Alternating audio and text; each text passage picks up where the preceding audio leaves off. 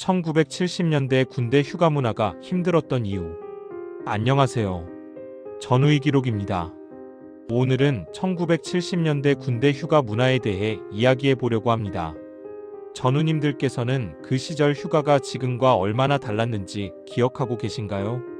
지금 젊은 세대들은 군대에서 스마트폰을 쓰고 주말에 외출 외박을 나가며 한 달에 한 번씩 휴가를 나가는 것을 당연하게 여깁니다.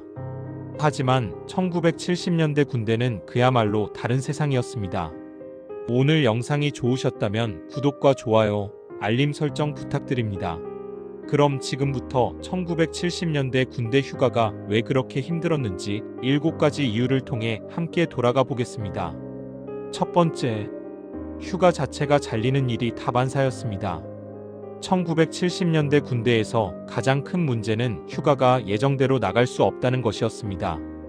북한 도발, 대규모 훈련, 검열, 작업 등 어떤 이유로든 휴가는 쉽게 취소되었습니다. 휴가는 권리가 아니라 부대 사정에 따라 주어지는 특혜처럼 여겨졌습니다. 1위 등병 시절 정기 휴가를 못 나가서 상병이 되어서야 겨우 첫 휴가를 나가는 경우도 있었습니다. 특히 전방부대나 공병부대처럼 작업이 많은 곳에서는 인원이 부족하다, 공사 일정이 급하다는 이유로 휴가가 몇 달씩 미뤄졌습니다. 휴가 신청을 해놓고도 출발 전날 갑자기 취소 통보를 받는 경우도 허다했습니다. 포상휴가는 지휘관 재량이었기 때문에 아무리 열심히 해도 받지 못하는 경우가 많았고, 청원휴가는 가족의 사망이나 위급한 상황이 아니면 승인되지 않았습니다.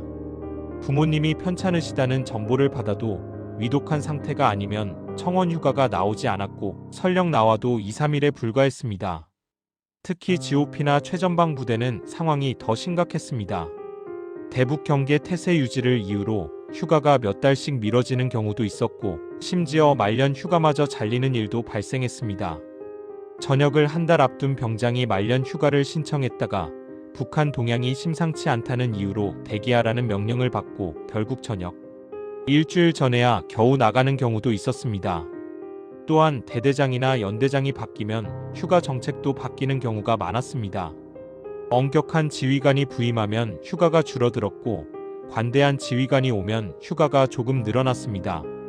같은 부대라도 어느 중대에 배치되느냐에 따라 휴가 횟수가 달라지는 불공평한 상황도 있었습니다.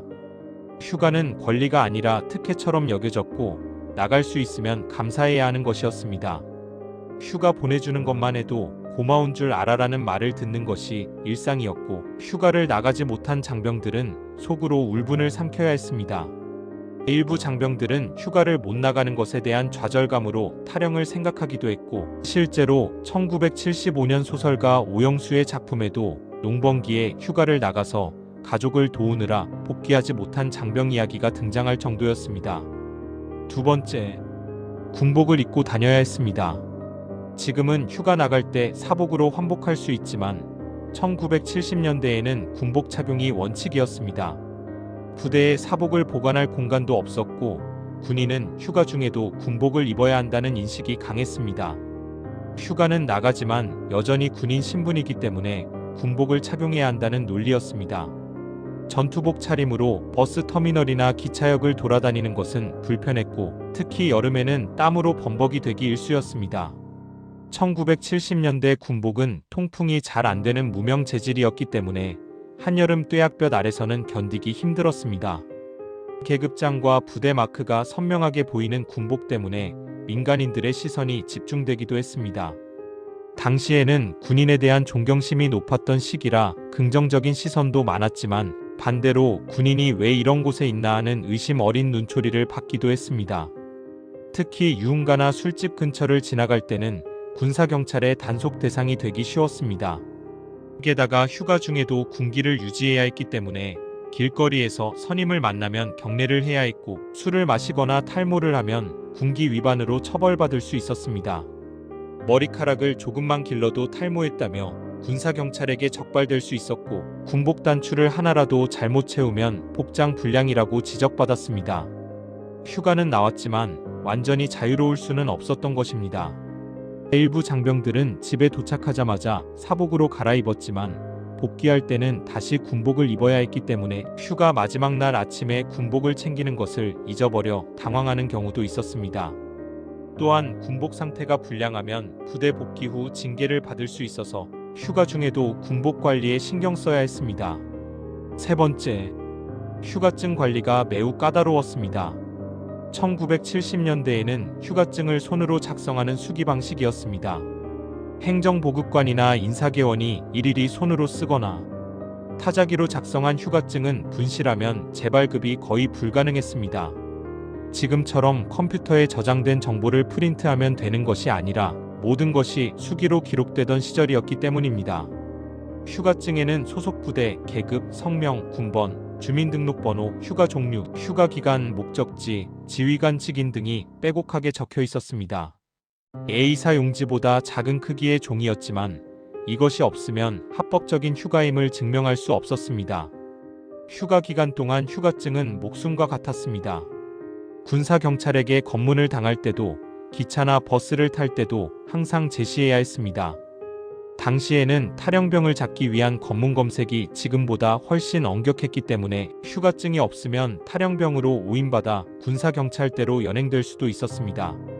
휴가증을 잃어버리면 가장 가까운 군사경찰대에 가서 임시 가증을 발급받아야 했는데 이 과정이 매우 번거로웠습니다. 소속 부대에 전화로 확인하는 과정을 거쳐야 했고 전화 연결이 잘 안되면 몇 시간씩 기다려야 했습니다.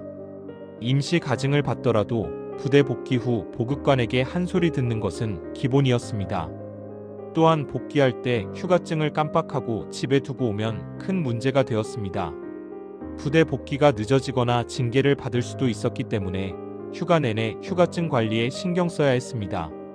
일부 장병들은 휴가증을 군번줄과 함께 목에 걸고 다니거나 군복 주머니 깊숙한 곳에 넣어서 절대 잃어버리지 않도록 조심했습니다. 네 번째, 휴가비 지원이 전무했습니다.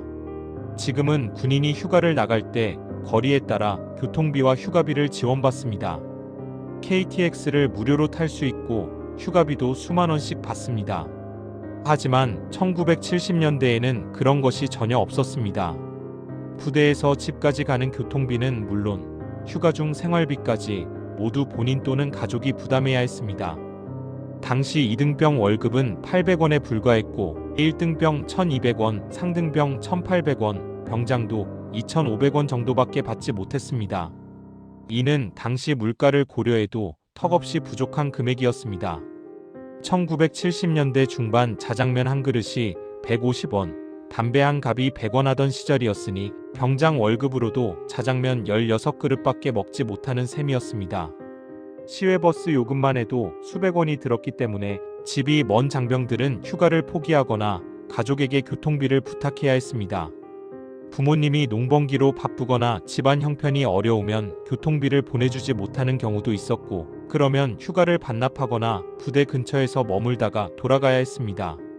가난한 집안의 장병들은 휴가를 나가도 가족에게 부담이 될까봐 일찍 복귀하는 경우도 있었습니다. 집에서 쉬는 동안에도 밥 한 끼가 아까워서 일부러 덜 먹거나 친구들과의 약속도 거절하는 장병들이 많았습니다.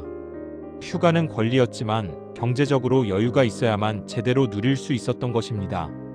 심지어 일부 장병들은 휴가를 나가는 대신 부대에 남아서 작업을 하면서 근무수당이라도 받으려고 했습니다. 다섯 번째, 교통편이 극도로 열악했습니다. 1970년대 대한민국의 교통 인프라는 지금과 비교할 수 없을 정도로 낙후되어 있었습니다. 경부고속도로가 1970년에야 개통되었고 호남고속도로는 1973년, 영동고속도로는 1975년에 개통되었습니다. 지방으로 가는 도로는 대부분 비포장이었고 비만 오면 질퍽거리는 진흙탕이 되기 일쑤였습니다. 휴가를 나가려면 주로 완행열차나 시외버스를 이용해야 했는데 몇 시간씩 덜컹거리는 차 안에서 서서 가는 경우도 많았습니다. 당시 열차는 지금처럼 깨끗하고 편안한 KTX가 아니라 석탄을 떼는 증기기관차나 디젤기관차였습니다. 객차 안은 담배 연기로 자욱했고 좌석이 부족해서 복도나 화장실 앞에 앉아가는 사람들도 많았습니다. 강원도나 전라도 산간 지역 출신 장병들은 집까지 가는 데만 하루가 걸리기도 했습니다. 예를 들어 강원도 산골에서 복무 중인 장병이 전라남도 해남까지 가려면 부대에서 버스를 타고 가까운 읍내까지 나간 뒤 거기서 다시 시외버스로 대전이나 서울까지 가고 또다시 전라도행 열차나 버스를 갈아타야 했습니다. 환승만 서너 번 해야 하는 경우도 흔했습니다. 휴가증에 이동일수가 포함되긴 했지만 교통편이 워낙 불편해서 5일, 휴가 중 왕복 이틀은 길에서 보내야 했습니다. 실제로 집에서 보낼 수 있는 시간은 고작 3일이었습니다. 게다가 교통비도 본인이 부담해야 했기 때문에 경제적 부담도 컸습니다. 서울에서 부산까지 기차표가 수백 원 하던 시절 2등병 월급 800원으로는 왕복 교통비도 감당하기 어려웠습니다. 여섯 번째, 휴가 중 비상 소집의 공포가 항상 있었습니다. 1970년대는 북한의 도발이 빈번하던 시기였습니다. 1968년 121사태, 같은 해 울진 삼척 무장공비 침투 사건, 1976년 판문점 도끼 만행 사건 등 안보 위협이 끊이지 않았기 때문에 휴가를 나가 있어도 마음 놓고 쉴 수가 없었습니다. 라디오나 텔레비전에서 비상 소집 방송이 나오면 즉시 부대로 복귀해야 했습니다. 실제로 1976년 판문점 도끼 만행 사건 당시에는 전국의 모든 휴가자들에게 복귀 명령이 떨어졌고 기차역과 버스터미널에는 군복 입은 장병들로 발 디딜 틈이 없었습니다. 휴가증과 군번줄은 항상 몸에 지니고 다녀야 했고 집에 도착하자마자 중대에 보고해야 했습니다. 당시에는 전화도 귀했기 때문에 동네 구멍가게나 이웃집 전화를 빌려서 보고하는 경우가 많았습니다. 휴가 중에도 하루에 한 번씩 부대에 전화로 보고해야 하는 부대도 있었습니다. 북한 도발이나 훈련 상황이 발생하면 휴가가 강제로 잘리는 일도 허다했습니다. 5일 휴가를 나왔는데 3일 만에 복귀 명령이 떨어지면 아무리 아쉬워도 즉시 부대로 돌아가야 했습니다. 가족들과 오랜만에 재회한 기쁨도 잠시, 언제 다시 부대로 돌아가야 할지 모르는 불안감 속에서 휴가를 보내야 했던 것입니다. 집에서도 항상 라디오를 켜놓고 뉴스를 들어야 했고 북한 관련 소식만 나오면 가슴이 철렁 내려앉았습니다. 일곱 번째, 휴가 일수가 턱없이 부족했습니다. 1970년대 군대의 휴가 일수는 지금과 비교할 수 없을 정도로 적었습니다. 1970년 당시 육군 복무기간은 33개월에 달했고 1968년 121사태 이후에는 36개월까지 늘어났던 시기였습니다. 그야말로 3년이라는 긴 시간을 군대에서 보내야 했습니다. 하지만 정기휴가는 겨우 23차례에 불과했고 한 번 나갈 때도 5일을 넘기기 어려웠습니다. 1등병 때 한 번, 상등병 때 한 번, 병장 때 한 번, 이렇게 3번의 정기휴가가 전부였습니다. 계급별로 57일 정도씩 주어졌지만 집이 먼 지역은 이동일수를 포함해도 실제로 집에서 보낼 수 있는 시간은 34일에 불과했습니다. 100일 휴가라는 개념도 없었고 포상휴가나 위로휴가는 있어도 지휘관 재량에 따라 극소수만 받을 수 있었습니다. 훈련을 잘한다거나 검열해서 우수한 성적을 거둔 극소수 인원에게만 2, 3일의 포상휴가가 주어졌을 뿐입니다. 지금은 육군 기준 정기휴가만 24일이고 여기에 신병위로휴가, 포상휴가, 위로휴가 등을 합치면 3, 40일도 가능하지만 그 시절엔 전체 복무기간 동안 휴가 일수를 다 합쳐도 고작 15에서 20일 정도였습니다. 33개월, 즉 약 1000일의 군 생활 중에서 집에 갈 수 있는 날은 단 20일도 안 되었다는 것입니다. 손에 꼽을 정도의 휴가만 나갈 수 있었고 그나마도 부대 사정에 따라 미뤄지기 일쑤였습니다. 지금까지 1970년대 군대 휴가 문화가 힘들었던 이유 7가지를 살펴봤습니다. 33개월이라는 긴 복무기간 동안 고작 15에서 20일의 휴가, 비상소집의 공포, 열악한 교통편, 휴가비 지원 전무 까다로운 휴가증 관리, 군복 착용 의무, 그리고 언제든 잘릴 수 있는 불안정한 휴가 제도까지 1970년대 군인들의 휴가는 그야말로 고난의 연속이었습니다. 지금은 휴가 일수도 늘어났고 교통비와 휴가비도 지원받으며 사복으로 편하게 다닐 수 있습니다. 스마트폰으로 가족들과 언제든 연락할 수 있고 휴가증도 밀리패스 앱으로 확인할 수 있습니다. KTX를 타고 부산까지 2시간 반이면 도착하고 휴가 중에도 걱정 없이 자유롭게 생활할 수 있습니다. 하지만 1970년대 전우님들은 그런 것들 없이도 묵묵히 국토를 지켜주셨습니다. 덜컹거리는 완행열차를 타고 몇 시간씩 이동하며 언제 잘릴지 모르는 휴가에도 감사하며 주머니 속 휴가증을 꼭 쥐고 다니셨습니다. 군복 차림으로 고향 땅을 밟았을 때의 그 설렘과 며칠 만에 다시 부대로 돌아가야 하는 아쉬움을 견디며 복무하셨습니다. 그 고생과 헌신이 있었기에 오늘날 우리가 평화를 누릴 수 있는 것입니다. 1970년대 전우님들의 희생이 있었기에 지금의 대한민국이 있습니다. 그분들의 땀과 눈물 그리고 가족과 떨어져 보낸 그 고독한 시간들을 우리는 결코 잊어서는 안 됩니다. 이 영상이 도움이 되셨다면 구독과 좋아요, 알림 설정으로 응원 부탁드립니다.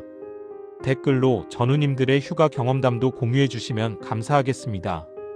다음 영상에서 또 뵙겠습니다.